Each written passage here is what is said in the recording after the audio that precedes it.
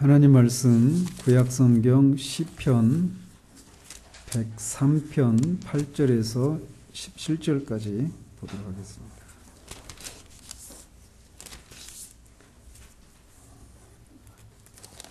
시편 103편 8절에서 17절까지 한 절씩 교독하도록 하겠습니다. 여호와는 긍휼이 많으시고 은혜로우시며 노하기를 더디하시고 인자하심이 풍부하시도다.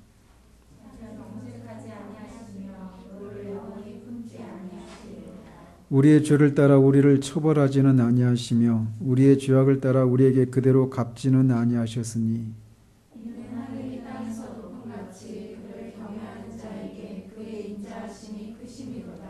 동이 서에서 먼 것 같이 우리의 주가를 우리에게서 멀리 옮기셨으며 아버지가 자식을 긍휼히 여긴 같이 여호와께서는 자기를 경외하는 자를 긍휼히 여기시나니 이는 그가 우리의 체질을 아시며 우리가 단지 먼지뿐임을 기억하심이로다. 인생은 그날이 풀과 같으며 그 영광은 하늘의 꽃과 같도다. 그것은 바람이 지나가면 없어지나니 그 있던 자리도 다시 알지 못하거니와 여호와의 인자하심은 자기를 경외하는 자에게 영원부터 영원까지 이르며 그의 의는 자손의 자손에게 이르리니. 지난주에는 사랑이신 하나님에 대해서 우리가 살펴보았고 오늘은 하나님의 자비하심에 대해서 살펴보도록 합니다. 주보 참조하시고 제2장 1항 같이 읽어보도록 하겠습니다. 오직 한 분이시며 살아있고 참된 하나님이 계신다. 그분은 존재와 완전함에서 무한하시며 지극히 순수한 영이시고 보이지 않으시고 몸이나 지체나 정욕도 없으시고 불변하시며 광대하시고 영원하시고 완전히 이해될 수 없으시고 전능하시고 지극히 지혜로우시고 지극히 거룩하시고 지극히 자유하시고 지극히 절대적이시며 자기 자신의 영광을 위해 그 자신의 불변하고 지극히 의로우신 뜻의 계획대로 모든 일을 행하신다. 또한 하나님은 지극한 사랑이시며 은혜롭고 자비로우시며 오래 참고 선함과 진리가 풍성하시고 불의와 허물과 죄를 용서하시고 부지런히 그를 찾는 자에게 상 주시는 자이며 그럼에도 불구하고 심판에서 지극히 공의롭고 두려우시며 모든 죄를 미워하시고 범죄자를 분명히 형벌하시는 분이시다.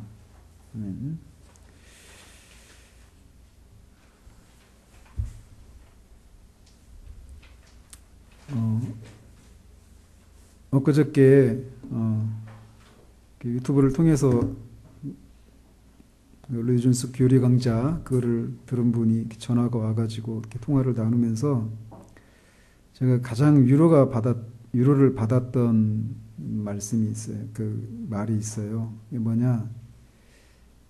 교리를 듣고 그분이 이제 그분이 말씀하시기를 자신이 하나님을 너무 작게 알고 있었는데 그 교리를 듣고 하나님이 너무나 크신 분이시구나 이거를 알게 되었노라고 그런 말씀을 하더라고요. 그 얘기를 듣고 제가 제대로 말씀을 들으셨네요. 이런 생각을 제가 하게 되었는데 우리가 하나님이 어떤 분이신가 이 성경을 통해 우리에게 계속 말씀해 주고 계시는데 우리 신앙생활은 다른 게 아닙니다. 신앙이라고 하잖아요. 신앙이 한자로 믿을 신자 바라볼 앙자예요. 뭘 믿고 바라는 거예요. 뭘 믿고 바라는 거예요? 신앙의 대상이신 하나님을 믿고 바라는 거예요. 근데 그 믿고 바라는 대상이신 하나님이 어떤 분이신가를 알지 못하고 우리가 어떻게 믿고 바랄 수 있겠어요? 그죠? 신앙생활은 다른 게 아닙니다. 하나님을 믿고 바라는 게 그게 바로 신앙생활이에요. 근데 하나님을 알아야 우리가 믿고 바라는데 그거를 성경을 통해서 하나님이 당신이 어떤 분이신가를 우리에게 계시해 주셨단 말이에요. 그래서 우리가 날마다 삶을 살아가면서 우리가 당장 집에 가면 이런저런 어떤 그 염려와 근심거리와 두려움과 어떤 양심의 송사나 사단의 참소나 이런 낙심게 되는 일들 이런 일들을 우리가 늘 겪잖아요. 그죠? 근데 그럴 때 싸워야 되는 거예요. 우리의 마음이 막 낙심되고 염려와 근심에 사로잡혀서 막 어떤 우리의 삶의 의지도 없고 하나님을 위해서 살고자 하는 그런 어떤 의지도 일어나지 않고 될 대로 되라는 식으로 우리의 마음이 흘러가고 우리 삶이 그렇게 막 펼쳐지려고 할 때 그냥 그렇게 그냥 속수무책으로 가만히 있는 것이 아니라 그런 상황마다 하나님의 어떠하심을 그 상황 가운데 우리가 적용하는 거예요. 도무지 우리가 어떤 해결할 수 없는 그런 어떤 인생의 난제 앞에 섰을 때 우리는 하나님이 전능하시지 않은가? 우리가 하나님은 사랑이시지 않은가? 하나님은 선하셔서 모든 피조물들을 선대하시는 분이 아니신가? 이런 것들을 적용하면서 우리를 보이고 느껴지는 현실들은 우리를 낙심케 하고 염려하고 두려움에 사로잡히게 만드는 그런 상황이지만 그럼에도 불구하고 우리가 그리스도 안에서 하나님이 우리의 아버지시니까 우리가 계속 살펴오고 있는 것처럼 이런 분이시다라고 하는 것을 그 상황 가운데 우리가 영적인 논리를 사용해서 우리 안에 일어나는 생각들을 떨치고 밀어내는 그런 싸움을 해야 되는 거예요. 그게 바로 믿음이에요. 그 믿음을 하나님이 기뻐하시는 거예요. 그 믿음을. 왜냐하면 하나님이 인정하는 거니까 그게. 그러니까 하나님을 인정한다. 그게 하나님을 찬양하는 거예요. 언제 말씀드렸죠? 하나님을 찬양한다. 경유한다. 숭모한다. 이런 단어 중에 하나가 애드머레이션이라고 하는 그런 단어가 있어요. 애드머레이션. 어드마이어, 인정하다. 어드마이어, 존경한다. 어떤 경유한다. 이런 의미인데 그게 인정하다라고 하는 어드밋이라고 하는 단어에서 나온 거예요. 그래서 하나님을 경배하는 것과 하나님을 인정하는 것은 일맥상통하는 거예요. 그래서 우리가 이제 거의 다 이제 다 끝나가고 있는데 하나님이 어떤 분이신가를 우리가 하나씩 살피면서 그렇게 우리의 모든 상황 가운데 적용하기 위해서 우리가 이거를 살피고 있다는 것을 잊지 않으시길 바라요. 많으면 4주, 짧으면 3주, 한 주 정도 차이 두고 이제 1학기 끝나가는데, 자, 그래서 오늘은 하나님의 자비하심에 대해서 살펴보도록 합니다. 그래서 지난주에는 우리가 하나님의 은혜로우심에 대해서 살펴봤는데, 이 하나님의 은혜로우심과 자비하심은 하나님의 선하심에서 나온 성품입니다. 그래서 하나님이 선하시다라고 하는 얘기를 하잖아요. 하나님이 선하시다라고 하는 것은 피조물들을 복되게 하시려고 하시는 하나님의 성품이에요. 그래서 그 하나님의 성품, 그 하나님의 피조물들을, 당신이 만드신 피조물들을 복되게 하려고 하는 거. 이게 하나님의 선하심이에요. 그래서 그 피조물들을 하나님은 친절하고 관대하게 대하신단 말이에요. 거기에서 나오는 성품 중에 하나가 하나님의 자비하심입니다. 그 자비라고 하는 말이 히브리어로 헤세드라고 하는 단어인데 이것은 소극적인 의미에서는 자기를 낮추어서 아랫사람에게 친절을 베푸는 것 또는 아랫사람을 불쌍히 여기는 것 이런 의미예요. 이게 소극적인 측면에서는 그런 의미고 적극적으로는 그냥 불쌍히 여기고 있는 것이 아니라 긍휼을 베푸는 그런 긍휼을 베푼다. 여기는 어떤 행동이 동반된 거죠. 그죠? 그런 것이 그게 자비예요. 그래서 하나님은 고통당하는 자들에게 불쌍히 여기고 적극적으로 긍휼을 베푸시는 그런 성품을 하나님의 자비하심이라고 말을 합니다. 그래서 성경의 위대한 주제 중에 하나는 하나님이 바로 그런 분이시라는 거예요. 하나님이 자비로운 분이시다라는 겁니다. 여호와라 여호와라 자비롭고 은혜롭고 노하기를 더디하고 인자와 진실이 많은 하나님이라. 무릇 주의 인자는 커서 하늘에 미치고 라고 말합니다. 하나님의 인자하심이 무한히 크다라고 성경이 말하고 있어요. 하나님은 거룩하신 분이시고 공의로운 분이셔서 죄를 그냥 넘기실 수 없고 반드시 죄에 대해서 형벌을 내리시는 분이십니다. 그래서 많은 사람들은 하나님을 진노하시는 하나님으로 먼저 생각하기 쉬워요. 실제로 우리가 회심하는 과정을 살펴보면 성령께서 먼저 우리가 죄로 인해서 절망적인 상태 가운데 있고 그 죄로 인해서 하나님의 심판날이 있다라고 하는 것을 먼저 인식하게 하시기 때문에 우리는 하나님을 진노하시는 하나님으로 먼저 우리 안에 그렇게 각인되기가 쉽습니다. 그런데 하나님은 진노하시는 것보다 긍휼 베푸시기를 즐겨하시는 분이라고 성경이 말한다는 거예요. 미가서 7장 18절에 주와 같은 신이 어디 있으리이까? 주께서는 죄악과 그 기업에 남은 자의 허물을 사유하시며 인애를 기뻐하심으로 진노를 오래 품지 아니하시나이다 라고 그렇게 찬양하고 있습니다. 거기서 말하는 인애가 바로 자비예요. 인애를 기뻐하시고 자비를 기뻐하시고 진노를 오래 품지 않으시는 분이라고 성경이 말합니다. 자비는 그분이 기뻐하시는 것입니다. 나는 노함이 없나니, 즉 나는 노하기를 즐겨하지 않는다라고 말씀하셔요. 그래서 가혹한 행위는 가혹한 행위는 하나님이 억지로 하시는 것이지 그 피조물을 고통을 끼치는 것을 흔쾌히 하시는 그런 분이 아니시다라고 성경이 말하고 있어요. 안 하는 게 아닌데. 그래서 예가서 3장 33절에 주께서 인생으로 고생하게 하시며 근심하게 하시면 본심이 아니시로다 라고 말을 하고 있습니다.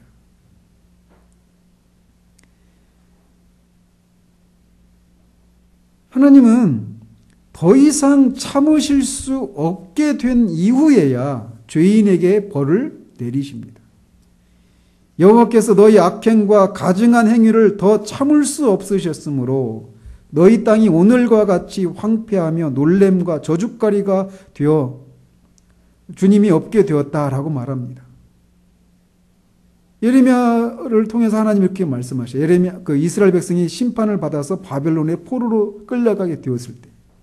근데 바벨론에 끌려가게 되기까지 500년이 넘는 시간이 걸렸어요.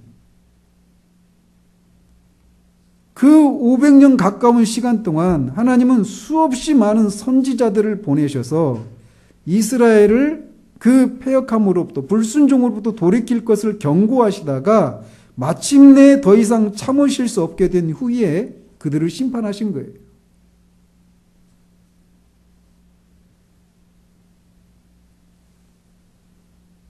하나님이 형벌을 내리시는 것은 그분에게 낯선 일입니다.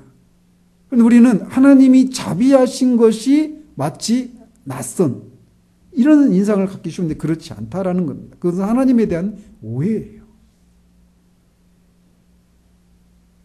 그래서 이사야서에서 이렇게 말을 해요. 진노하사 자기의 일을 행하시리니 그러면서 그렇게 진노하시는 그의 사역이 기이할 것임이라 라고 말하고 있어요. 그분은 진노하시는 일에 익숙하지 않으십니다. 낯설어 하시는 분이에요. 여호와는 노하기를 더디하시고 사유하기를 즐기시는 분이시다라고 말해요. 많은 경우에 우리가 하나님 앞에 우리가 하나님의 뜻대로 살지 못하고 있구나. 내가 하나님과의 관계 속에 뭔가 지금 내가 잘못하고 있구나. 이런 생각이 들 때 가장 먼저 떠오르는 것이 그럼에도 불구하고 하나님은 사유하시기를 기뻐하시고 자비와 인애가 풍성하시다. 이 생각을 먼저 떠올리는 것이 아니라 이런 나를 하나님이 기뻐하시지 않을 것인데 이런 생각을 먼저 떠올린단 말이에요. 그렇지 않나요?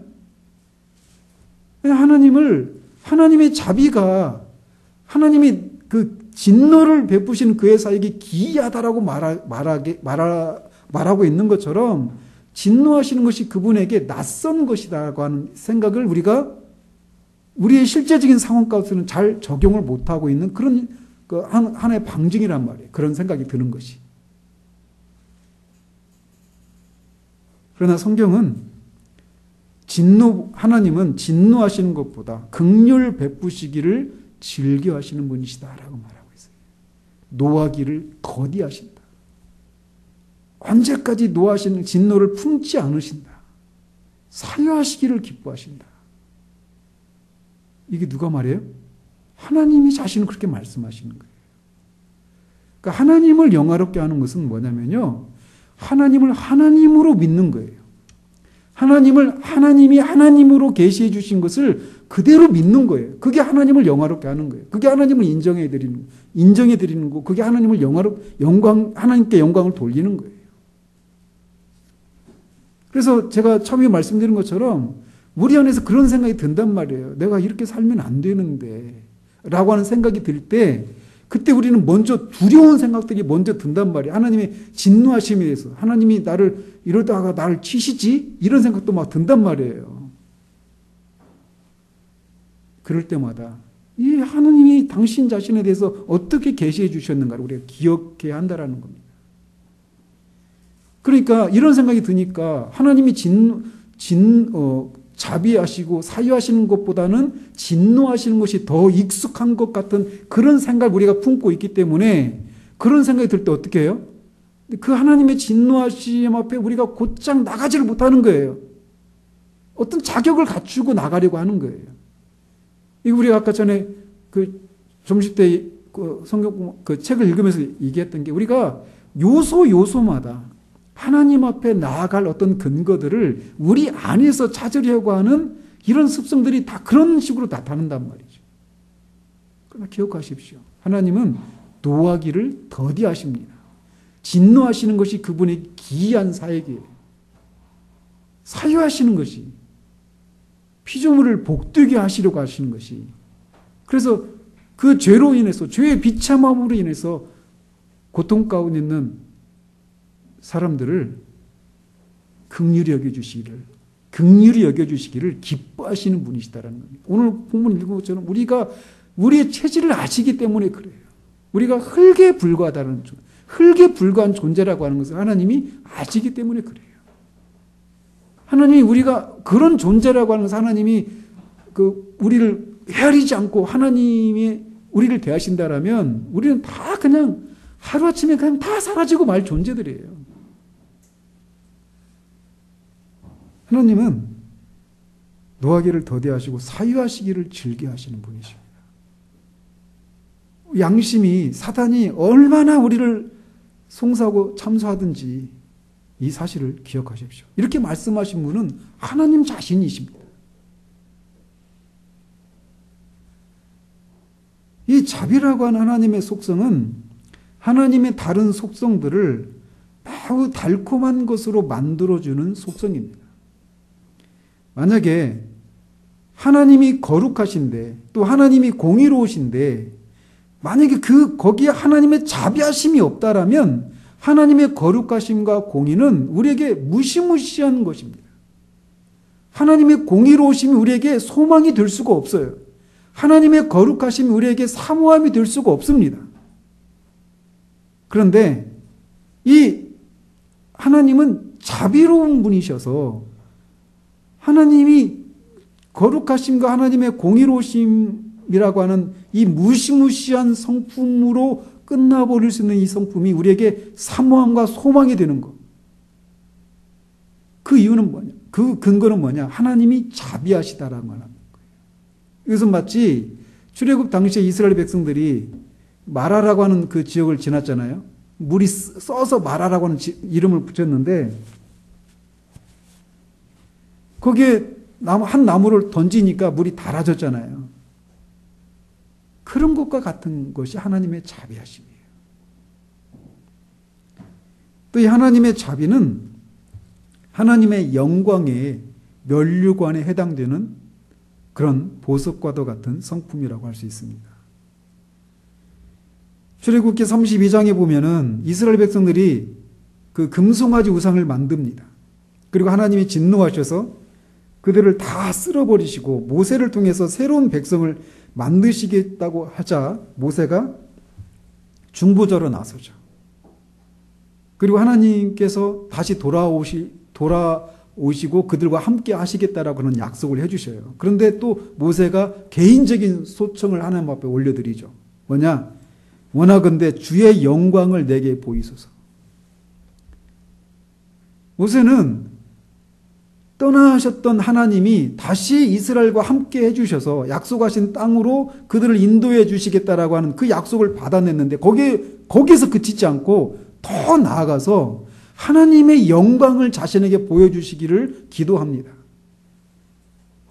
그것도 하나님이 들어주셔요. 그런데 하나님이 하나님의 영광을 모세에게 계시해 주시는데 그렇게 말씀하십니다. 하나님의 주의 영광을 내게 보이소서라고 그렇게 간청을 드리자 하나님은 그에게 보이시면서 이렇게 말씀하셔요. 내가 내 모든 선한 것을 내 앞으로 지나가게 하고 여호와의 이름을 내 앞에 선포하리라 라고 말씀하셨어요. 이 선한 것, 이게 토브라고 하는 좋은 것, 여기에서 나온 단어인데 이게 바로 자비하심의 뿌리에 해당되는 거예요. 그러니까 모세가 주의 영광을 보여주십시오라고 했는데 그래 내가 네 앞에 나의 거룩함을 보이리라. 나의 전능함을 보이리라. 이렇게 말씀하시지 않고 내 모든 선한 것을 내 앞으로 지나가게 하겠다라고 말씀하시는 거예요. 즉, 아까도 처음에도 말씀드렸잖아요. 이 자비하심과 은혜로우심은 선하심에서 나오는 거라고. 그래서 주의 영광을 보여달라고 할 때 내 선한 것을 보여주겠다. 이렇게 말씀하셔서 이 자비하심이라고 하는 것이 하나님의 성품의 영광의 면류관이라고 우리가 부를 수 있는 성품이라는 겁니다. 심지어 하나님의 자비는 가장 악한 자에게도 자비를 베푸십니다. 여호와께서는 모든 것을 선대하시며 그 지으신 모든 것에 긍휼을 베푸시는도다. 그래서 하나님의 자비에 대항해서 싸우는 자도 하나님의 자비를 맛봅니다. 그럼에도 불구하고 대적하죠. 그렇다면 이렇게 가장 악한 자에게도 하나님의 자비를 맛보게 하신다라면 하나님의 백성들을 향해서는 그 하나님의 자비가 어떠하겠는가라는 겁니다.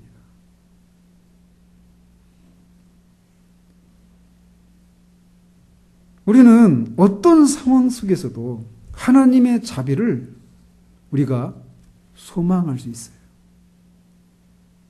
다시 말씀드립니다. 어떤 상황에서도. 에가서 3장 22절에 보면 여호와의 인자와, 여기 자비예요. 인자와 긍휼이 무궁하심으로 우리가 진멸되지 아니함이니이다 라고 예레미야 선지자가 노래합니다. 예레미야 예가가 어떤 상황에서 지어진 거죠? 이스라엘 백성이 그렇게 수백 년 동안 선지자를 끊임없이 보내서 경고해서 그 불순종의 길에서 돌아올 것을 하나님이 경고하셨지만 결국 듣지 않고 하나님이 오래 참으시고 해서 결국 바벨론의 포로로 끌려간 그런 상황을 인해서 애통이 하면서 지은 노래가 예가예요. 그런데 그러니까 하나님의 하나님의 심판 아래 있는 그 이스라엘 백성들이 그 상황 가운데서 예레미야가 이렇게 노래하고 있는 거예요. 여호와의 인자와 긍휼이 무궁하심으로 우리가 진멸되지 아니함이니이다. 그 수백 년의 경고를 무시하고 결국 불순종해서 하나님의 심판 아래 지금 현재적으로 있는데 하나님의 진노 아래 있는데도 하나님의 선하심을, 인자하심을, 긍휼을 인해서 우리가 진멸되지 않는다라고 노래한다라는 거예요. 우리가 어떤 상황에서도 우리가 어떻게 아까 우리가 부른 찬양 가사처럼 우리가 너무 늦었나, 너무 멀리 왔나, 내가 어떻게 하다가 이렇게까지 되었지? 라고 말하는 그런 상황 가운데서도 우리가 이런 나를 향해 하나님이 진노하실 것을 기대할 수밖에 없는 그런 상황 가운데서도 우리는 하나님의 자비하심을 소망할 수 있다는 거예요. 하나님은 그러니까 우리가 정말 가장 오해하고 있는 것 중에 하나가 그런 부분이에요. 그렇게 하면 우리가 막 살게 되지 않겠느냐. 근데 그런 상황 가운데 우리가 기대할 것은 하나님으로부터 어떤 진노와 심판, 하나님의 싸늘한 어떤 그런 무서운 얼굴, 이런 것을 기대할 수밖에 없는 상황 가운데 있는데 하나님이 여전히 거기 계셔서 우리를 향해서 자비하심을 베푸시는 그것을 맛보았을 때 우리는 죄를 미워하게 되는 거예요.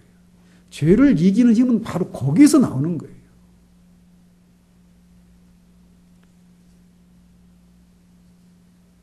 그래서 우리가 우리의 죄로 인해서 받는 환난 중에서조차도 우리는 어느 정도 하나님의 자비를 찾아볼 수 있습니다.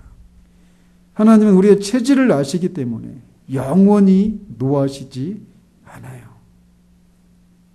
그래서 그것을 안 하나님의 백성들은 그들의 죄악으로 인해서 받는 심판 중에서도 긍휼을 잊지 말아주시기를 감히 기도할 수 있었던 거예요. 자신 안에 있는 그 무엇 때문이 아니라 하나님의 자비하심에 호소해서 말이죠.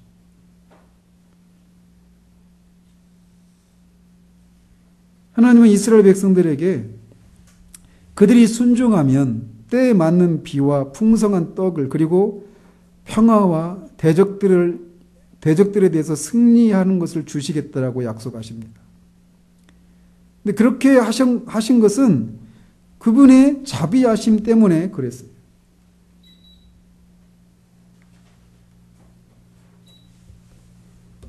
나도 자비해요, 어느 정도.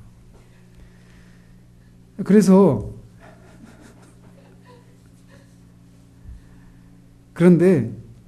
이스라엘 백성들에게 그런저런 선물을 주시겠다라고 약속하십니다. 그 하나님의 자비하심에서 나오는 거예요. 그런데 이스라엘 백성들에게 주신 선물보다 더 큰 선물이 있다라면 바로 자비로우신 하나님이 그들의 하나님이 되어주시겠다라고 하는 약속입니다. 모든 언약의 핵심은 나는 너희의 하나님이 되고 너희는 나의 백성이 되리라 라고 하는 거예요. 나는 너희의 하나님이 되리라 라고 할 때 그 하나님은 그 자비로우신 분이십니다. 그래서 이런저런 선물을 주실 뿐만 아니라 자비로우신 하나님 자신을 우리에게 주시겠다라고 하셔요. 그리고 그 아들을 우리에게 주셨죠. 그리고 그 아들을 통해 우리 아버지가 되어주셨죠.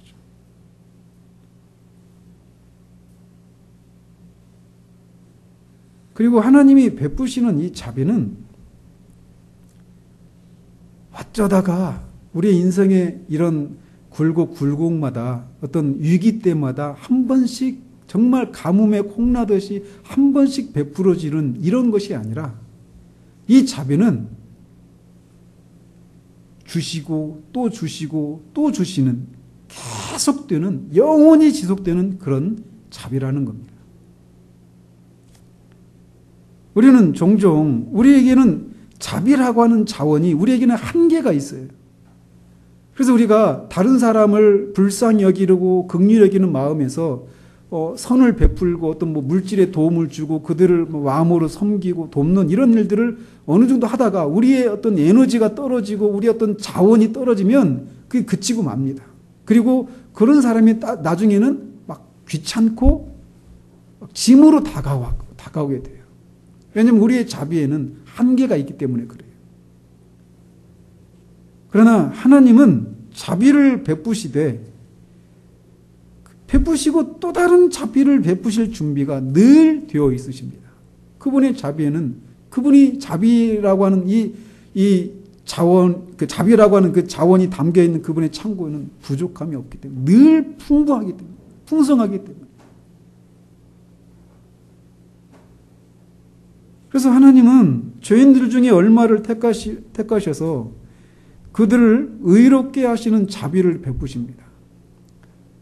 그뿐만 아니라 그 의롭게 된 자를 양자로 삼으시는 자비를 더하십니다. 결국에는 영화롭게 하시기까지 자비를 베푸십니다. 그래서 하나님은 어떤 자비를 베푸신 것으로 끝나는 것이 아니라 그 자비를 베풀기 시작하는 것은 그것은 이제 시작에 불과하다라는 겁니다. 따라서 나는 더 이상 하나님의 자비를 기대할 수 없다고 말할 수 있는 사람은 아무도 없습니다. 내가 예전에도 너한테 이런 자비를 베풀었는데 또 자비를 구하느냐, 이렇게 말씀하시지 않아요. 우리가 그런 경우 있잖아요. 그러니까 우리가 스스로 자기 검열을 하는 거예요. 하나님 앞에. 내가 이런저런 자비를 맛보았는데, 그런데 또 이렇게 또 넘어지고 하는 이런 모습을 보면서 처음에는 믿음으로 막 그래도 나가요. 그러다가 계속 그런 것들을 반복하다 보면 스스로 자기 검열을 하는 거예요. 하나님이 자비를 베푸시는 일에 한계를 두시지 않습니다.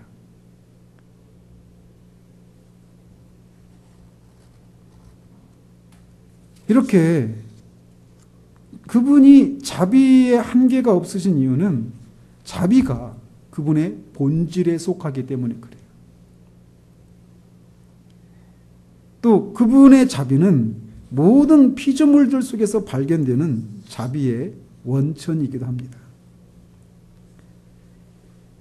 어미가 자식에게 대해 품는 자비와 긍휼하심은 자비의 하나님께로부터 나온 거예요. 그래서 고린도후서 1장 3절에서 하나님을 자비의 아버지라고 부릅니다.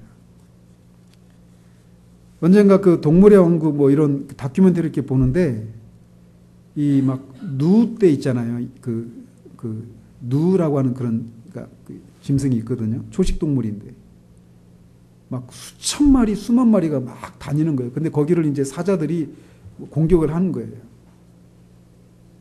근데 그 누떼를 사자가 막 사냥하다가 어떤 누가 도망을 못 가는 거예요.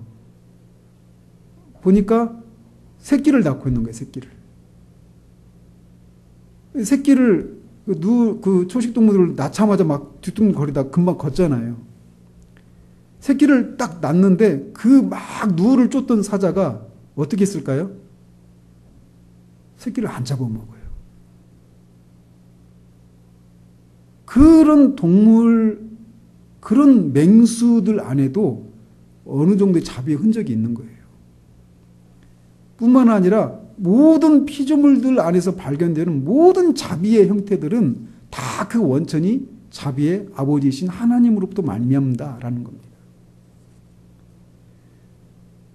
따라서 이렇게 피조물들 안에서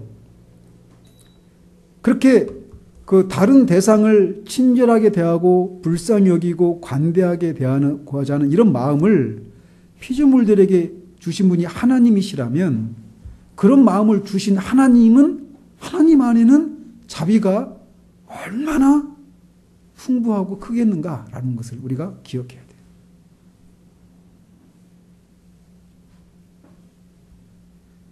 이 하나님의 자비는 그야말로 값없이 베푸시는 것입니다. 따라서 하나님 앞에 하나님의 자비를 우리가 입을 만한 어떤 공로를 내세우는 것은 그런 공로가 있기 때문에 자비를 받는다라고 하는 것은 자비라고 하는 것은 허무는 행동이 됩니다. 그 어떤 행위도 하나님의 자비를 얻거나 강요할 자격이 없습니다. 왜냐하면 우리는 뼛속까지 타락되어 있기 때문에 그래요. 우리는 하나님이 우리를 벌 주시도록 강요할 수 있을지는 몰라도 하나님 우리에게 자비를 베푸시도록 강요할 수는 없습니다. 그분이 우리에게 베푸시는 자비는 전적으로 은혜요 값없이 주시는 것입니다. 호세아 14장 4절에 내가 그들의 반역을 고치고 기쁘게 그들을 사랑하리니 라고 말합니다. 이 문맥도 그런 상황이에요. 패역한 이스라엘 백성들의 반역을 고치고 기쁘게 그들을 사랑하겠다라고 말씀하셔요. 그들은 반역한 백성들입니다.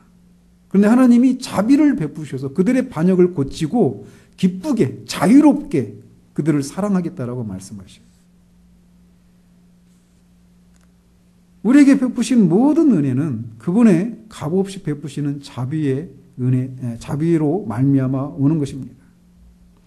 우리가 받은 구원, 구원의 서정의 그 모든 그 단계마다 그 모든 것은 다 하나님의 긍휼을 좇아서 우리에게 값없이 주어진 것들입니다.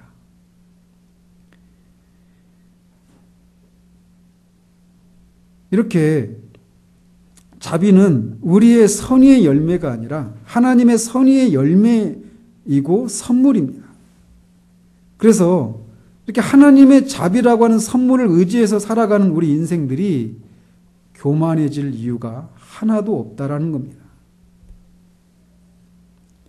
왜냐하면 우리의 모든 것은 다 하나님의 자비의 결과로 우리에게 주어진 것들이기 때문에 그렇습니다.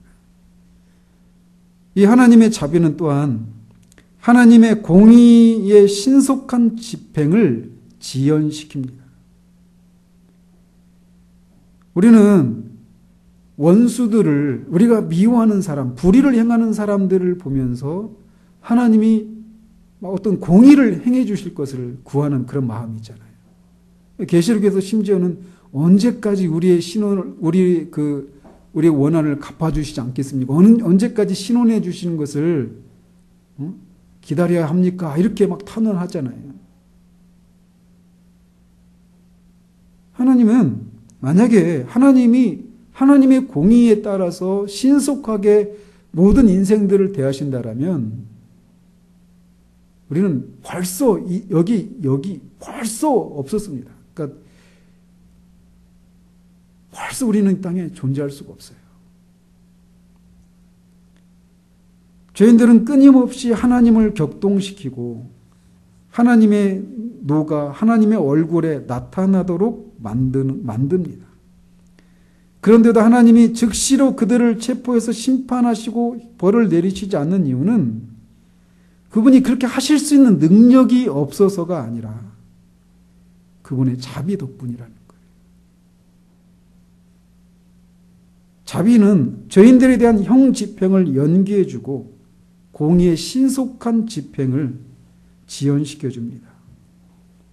그렇게 그 자비를 통해 공의의 신속한 집행을 지연시키는 동안 죄인들을 회개하도록 이끄시는 일을 하시는 거예요.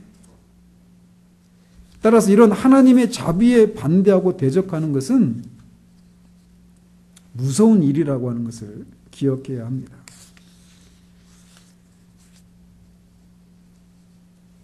이 자비는 앞에서도 말씀드린 것처럼 제한이 없습니다. 무한합니다. 넘칩니다. 저는 이 얘기를 막 계속 강조하고 싶어요. 인자하심이 후하심이니이다. 긍휼에 풍성하신 분이시다. 많은 자비.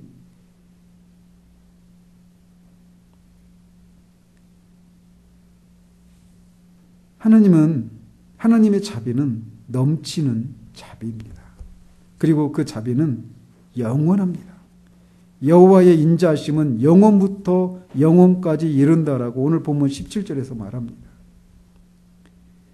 그 인자하심이 영원함이로다라고 하는 이 표현이 시편 136편에서만 26번 반복되고 있습니다. 하나님의 자비는 하나님이 그 자녀들을 향하신 노여움은 잠깐이지만 그 자비는 영원하십니다. 103편 9절 한번 같이 한번 읽어보죠. 오늘 본문. 시작. 자주 경책하지 아니하시며 노를 영원히 품지 아니하시리로다.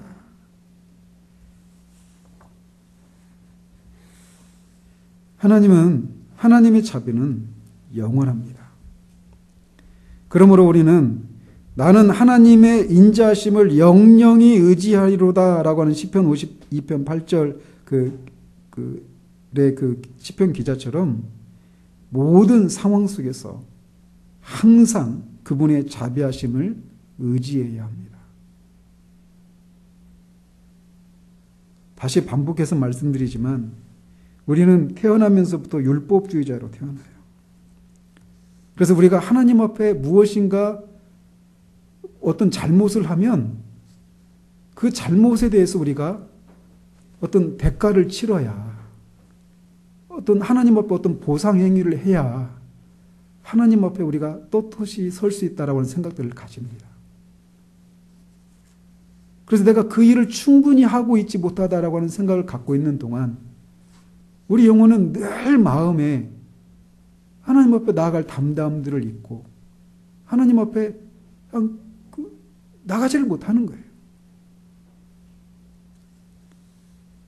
근데 다시 말씀드리지만 우리는 시편 기자처럼 나는 하나님의 인자하심을 영영히 의지하리로다 이 말씀을 하는 것처럼 우리는 모든 상황 속에서 내가 하나님 앞에 이런 하나님이 나를 향해서 따뜻한 얼굴로 대하시지 않는 그것이 정당하다라고 말할 수밖에 없는 그런 상황 가운데서조차도 우리는 하나님의 자비하심을 의지해야 돼요.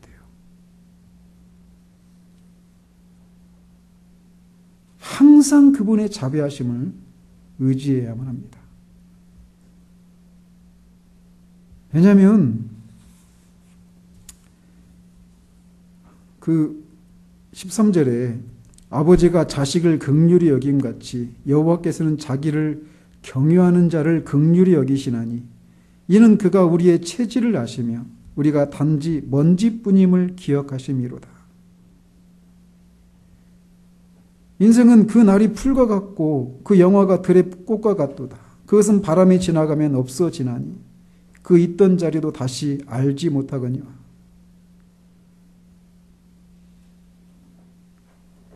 하나님은 우리의 체질을 아셔요.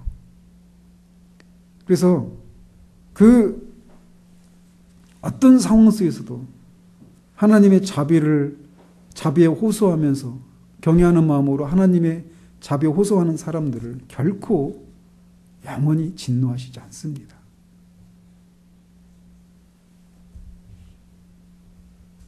그래서 항상 우리는 하나님의 자비를 의지하고 그 자비에 호소해야 합니다. 그리고 그 호소를 믿고 나오는 자들을 하나님이 기뻐하셔요. 그때 그 자비를 맛볼 때 진짜 회개가 터지는 거예요. 우리가 착각하는데 회개해야 하나님이 그 얼굴을 나한테 따뜻한 얼굴을 대하실 것이다. 미소로 대하실 것이다. 이렇게 생각하거든요. 안 그래요. 내가 한 짓을 보면 하나님이 나한테 그 따뜻한 미소는커녕 진노하시는 얼굴을 대하는 걸 넘어서서 더 큰 형벌을 내리시는 것이 마땅함에도 불구하고 하나님의 자비하심의 그 크심을, 무궁하심을, 한계가 없으심을 믿고 하나님의 자비하심을 호소하며 나갈 때 하나님이 자비를 베푸시거든요. 그 자비를 맛볼 때 우리는 비로소 참된 회개가 터지는 거예요. 거기서.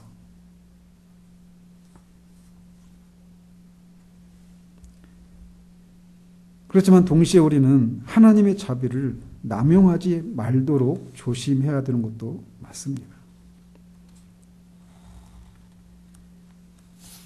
여호와의 인자하심은 자기를 경외하는 자에게 있다라고 말을 합니다. 죄 짓고도 두려워하지 않는 자에게는 자비가 허락되지 않지만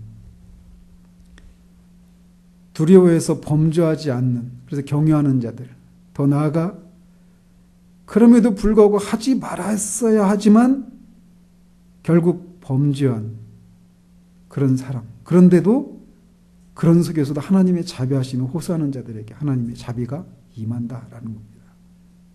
그래서 이 자비를 맛보게 될 때 우리는 죄를 멀리하게 되고 거기서 치유 역사가 일어나는 거예요. 이 하나님의 자비를 맛본 사람들은 하나님이 이렇게 그 103편 1절에서 말하고 있는 것처럼 내 영혼아 여호와를 송축하라, 내 속에 있는 것들아 다 그 성호를 송축하라 라고 말하고 있는 것처럼 하나님의 자비하심이 얼마나 큰가라고 하는 것을 선포하고 찬미하는 일들을 해야 됩니다. 하나님이 내 영혼을 위하여 행하신 일을 내가 선포하리로다.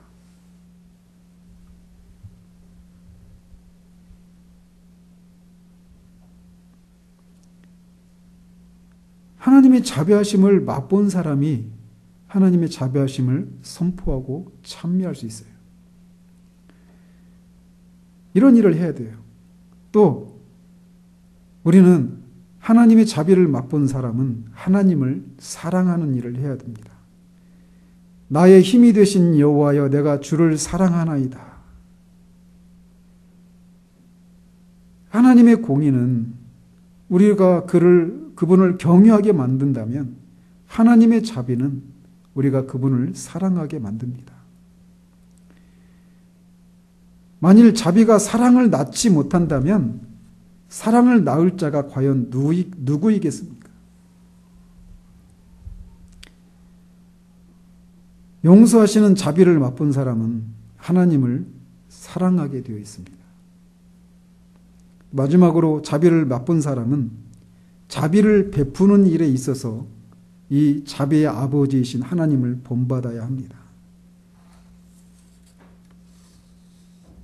하나님을 영화롭게 하는 것은 그분을 닮은 것을 통해서 이루어지는 거예요. 그래서 그분이 자비하신 것처럼 우리도 자비를 베푸는 일에 그분을 닮아야 합니다. 단지 불쌍히 여기고 긍휼히 여기는 마음만 품어서는 안 되고 긍휼을 실천해야 합니다.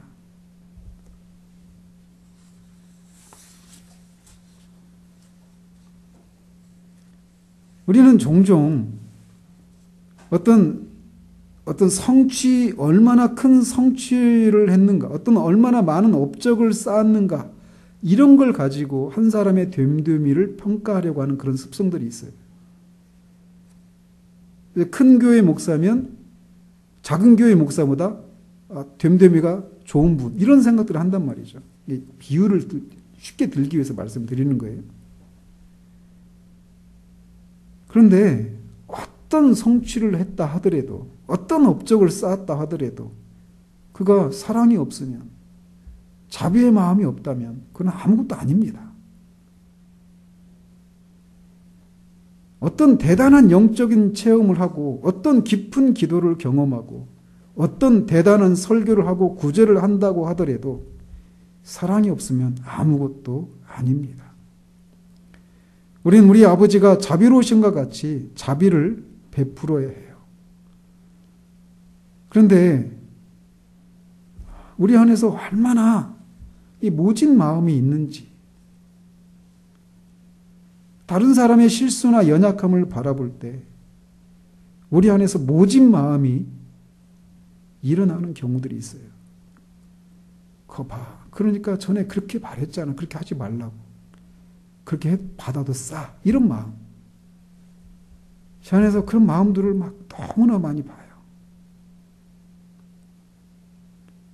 더더군다나 그 사람이 우리가 미워하고 우리를 싫어하는 사람이면 그 사람 향해서 우리가 더 그런 마음들을 품기가 쉽습니다.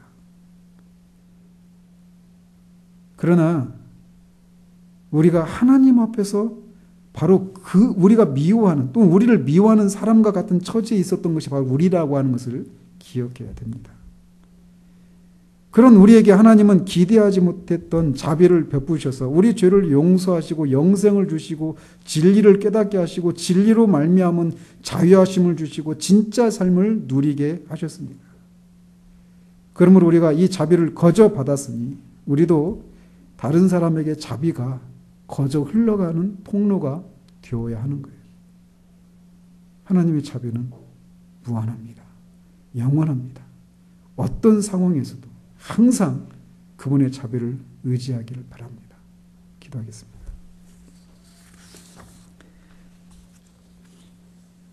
우리의 체질을 아시는 하나님 아버지,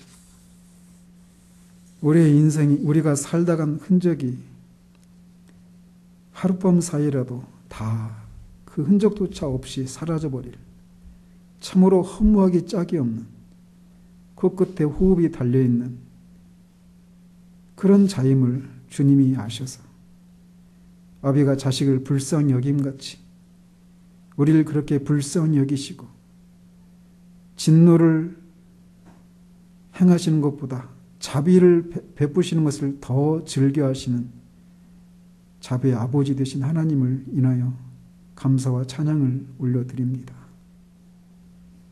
그러나 하나님 아버지, 우리가 얼마나 하나님이 자비에 있어서 더 익숙하시고 진노를 베푸시는 것에 낯선 분이라는 사실들과는 반대로 생각해서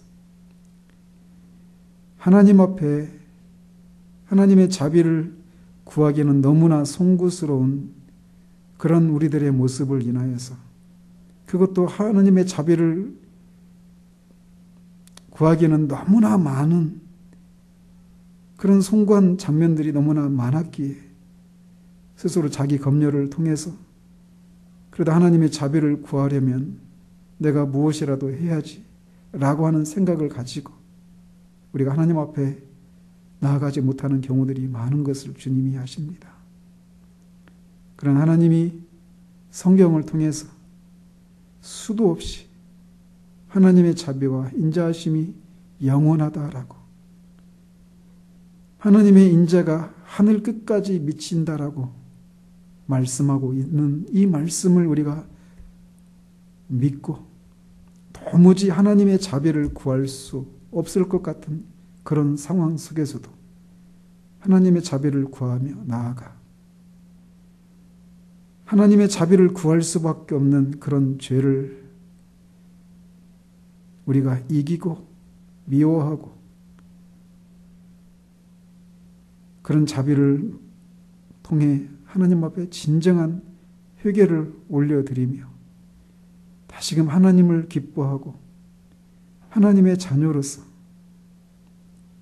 자유함과 하나님의 그 사랑을 누리며 살아가는 그런 일들에 능한 우리 모두 될 수 있도록 주님 도우시기를 원합니다. 하나님은 지금도 그렇게 자비로 우리를 대하시고 거기 그렇게 기다리고 계심을 우리가 믿고 스스로 이만하면 됐다라고 하는 그런 때까지 기다릴 것이 아니라 지금 있는 우리들의 모습 그대로 주님 앞에 나아가 주님의 자비하심과 긍휼에 호소하며 나아가는 우리들 될 수 있도록, 그래서 정말 하나님의 자비가 제한이 없다는 사실들을 우리가 맛보고 소리 높여 하나님의 자비의 풍성함을 찬양하고 선포하는 그런 우리들 될 수 있도록 도우시기를 원합니다. 예수 그리스도 이름으로 기도합니다. 아멘.